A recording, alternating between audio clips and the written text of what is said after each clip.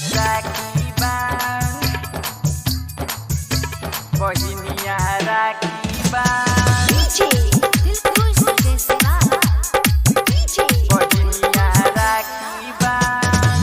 Recording by मां Saraswati recording studio Umgaon.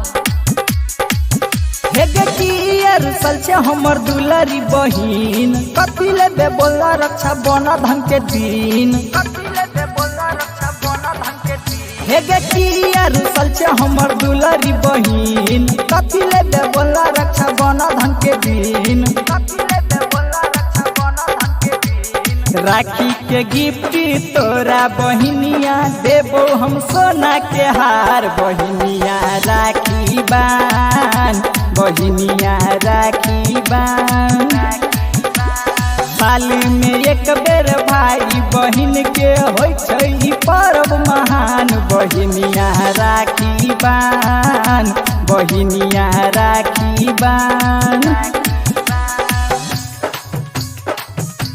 बहिनिया राखी बान रिकॉर्डिंग बाय मां सरस्वती रिकॉर्डिंग स्टूडियो उमगांव। बहिनिया राखी बान।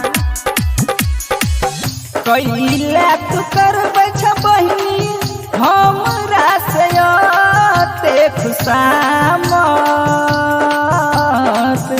राखी बनाई गे बहिनी देबो हम बड़का अमान। हे बहिनी कर ले तू आई ये ना खरा आगे हे बहिनी कर ले तू आई ये ना खरा। भाई के कलाई में राखी बांध के कॉलोनी मन काम बहिनिया राखी बान बहिनिया राखी बान।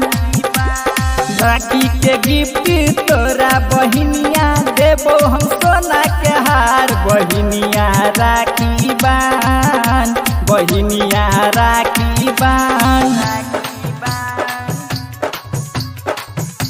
बहिनिया राखी बान रिकॉर्डिंग बाय मां सरस्वती रिकॉर्डिंग स्टूडियो उमगांव। बहिनिया राखी बान। राइटर सुनील सिरहाल के कर नै तू बहिनी इनकार गे।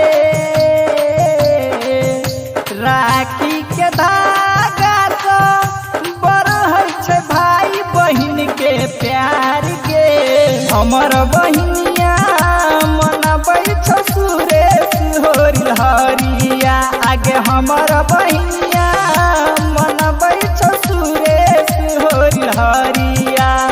जिदिन करना हमर बहिनिया तोरे में बसै छै जान बहिनिया राखी बान बहिनिया राखी बान। राखी के गिफ्ट तोरा बहिनिया देबो हम सोना के हार बहिनिया राखी